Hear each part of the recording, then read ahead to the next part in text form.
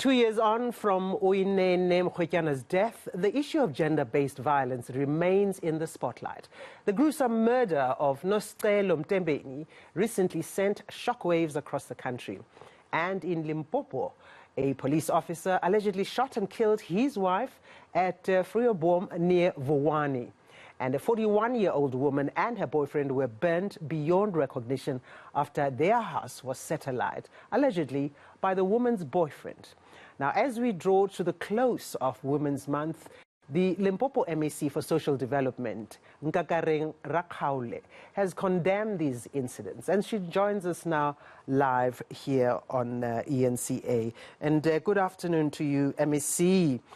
Are we losing the war against GBV? Good afternoon, Nothemba, and good afternoon to the viewers of ENCA. I wouldn't say we are losing the war as such, but I think there are some strives that we are trying as government in trying to make sure that we continue to send a message out there that gender-based violence is a cancer that needs to be fought. But I think to a certain extent, the message is reaching our people, but we get disappointed when we still get reports of gender-based violence that are happening in our province and across the country. I understand you condemning especially these two incidents that I referred to in my introduction. You know, GBV is a pandemic experienced by mostly women of all classes, of all ages, and with different settings and spheres and environments. In Limpopo, what do you find are the specific elements that probably contribute to the level of GBV that is experienced there? You know, Nothemba, I had a kind of, should I say, a seminar in Bembe district in particular at Thulamela municipality, wherein we allowed different sectors to talk about the gender-based violence. And I must say, I think I was able to learn from a number of stakeholders what could be the causes of gender-based violence. I think I must also indicate that to a certain extent, tradition is still playing a role in terms of perpetrating gender-based violence. And I'll tell you why. There are still men that think when they speak, regardless of whatever they're accusing a woman of, a woman must not talk back. The reality of the matter is that we must start to accept that also women are career women, because there are men who still believe that regardless of whether a wife went to work, but when I come back, I don't eat the food that is cooked by a nanny.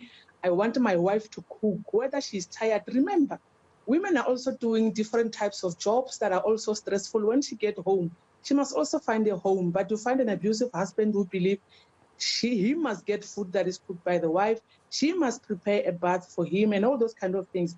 So when you ask these men, but why are we continuing to live like this? They say it's a tradition, a woman must subscribe to the husband. So to a certain extent, I think we need to start to look into the traditions and check where things need to change. And I'm happy that part of our stakeholders in Limpopo that we're engaging on issues of gender-based violence is the traditional leadership, so that we start to look into these issues deep down and check, is this issue of tradition that is perpetrating gender-based violence? I think those are some of the things that is, and when we engage our people down there, they're able to talk about. I think I must also indicate what was said by a gentleman representing SAPS to say, perhaps we need to go to the extent of making sure that we create a direct, perhaps a directorate that deals with gender-based violence specifically. He gave an example to say, I'm I totally understand that and grateful that at least there are some programs that are happening in Limpopo regarding this. We have to leave it there for now, but thank you very much for the short time that you have had to share with us what is happening in Limpopo. And that's the MEC for Social Development in Limpopo, Nkakareng Rakgoale.